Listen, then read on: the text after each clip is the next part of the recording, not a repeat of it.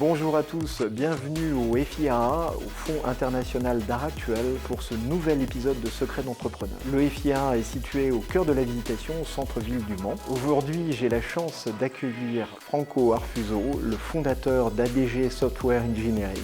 Franco Arfuso est le co-gérant d'ADG Software Engineering avec Gaël Delouche. Aujourd'hui, en plus des deux co-gérants, ADG emploie 5 salariés et fait 550 000 € de chiffre d'affaires. ADG est spécialiste exclusif du développement de logiciels sur mesure, travaille pour toute taille d'entreprise dans tous les secteurs, que ça puisse être de la PME au grand groupe industriel. Franco va nous raconter son parcours entre l'Italie et la France et comment il est passé d'études en physique et la compétition en ski alpin pour devenir entrepreneur en logiciel informatique.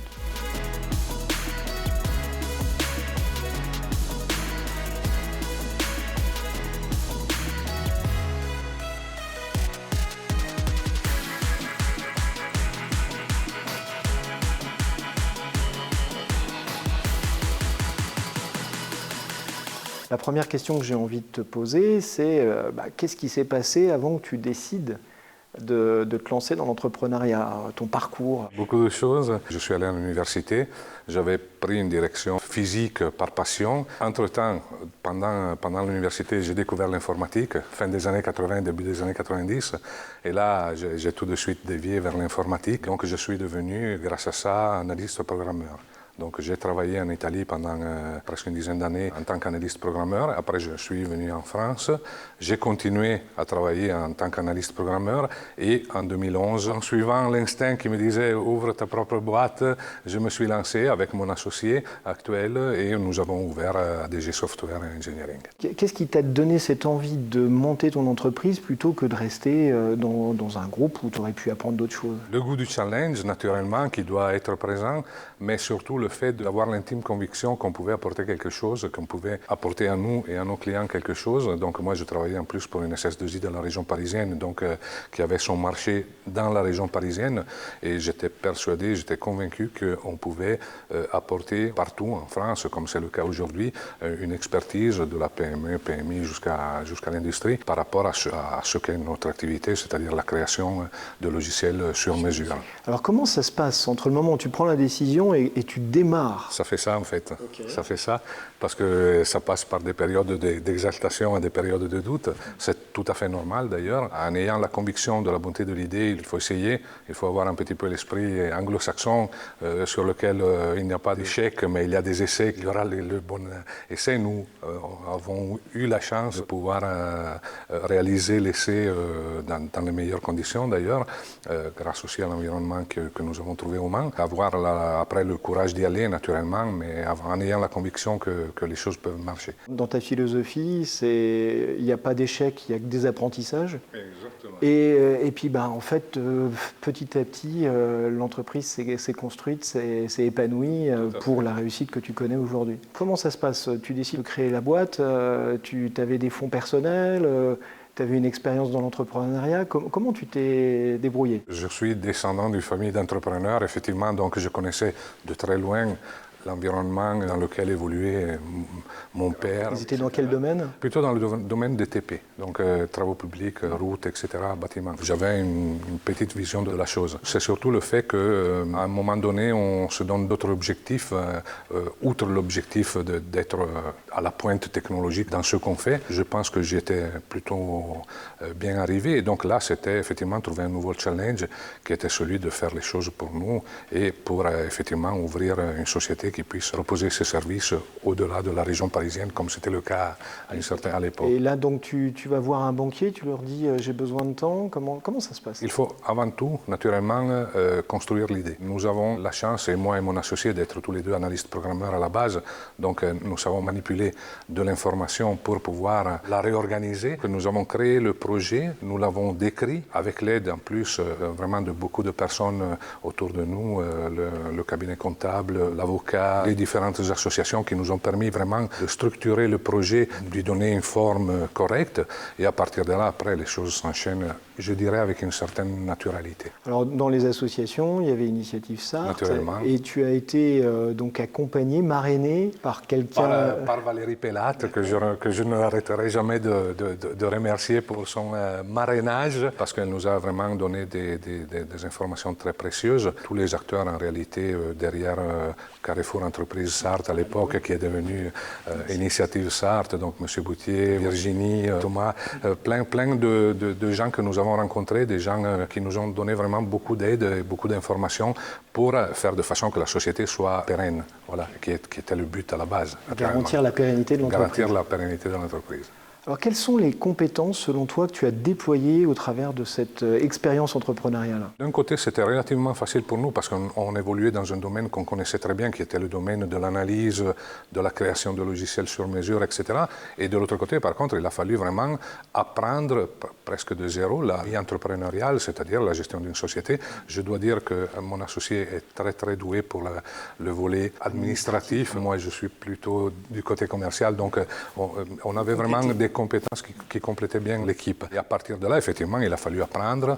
C'était ça notre rôle au début. C'était ça le rôle qu'a joué Initiative Sarthe dans le processus. Et ça nous a permis effectivement d'aller de l'avant, d'apprendre beaucoup de choses, d'apprendre ce nouveau métier d'entrepreneur, qui effectivement est tout à fait différent de ce qu'on faisait. C'est un métier en soi. C'est un métier en soi, mais en ayant naturellement la compétence derrière pour pouvoir créer le produit propre à ADG Software. Qu'est-ce qu'il y a eu d'autre dans ce nouveau métier d'entrepreneur? Qu'est-ce que tu as développé? Alors ça puisse être, donc j'entends, pas forcément la gestion, ça, heureusement, tu as une associée. Exactement. La dimension commerciale et la dimension managériale peut-être aussi? Naturellement, en ayant la chance pour nous de commencer à embaucher, donc d'avoir des collaborateurs et des collaboratrices. D'ailleurs, ADG Software a un nombre égal de femmes et d'hommes, parité femmes-hommes dans l'équipe. Ça nous a là aussi permis de connaître de nouvelles situations professionnelles, humaines, les rapports, etc. Sachant qu'on essaie d'être cool dans l'approche. Je pense que chez ADG, il y a une ambiance somme toute sereine. Ce sont les clients et les produits qui génèrent naturellement le challenge. Ça ne doit pas être la dimension managériale.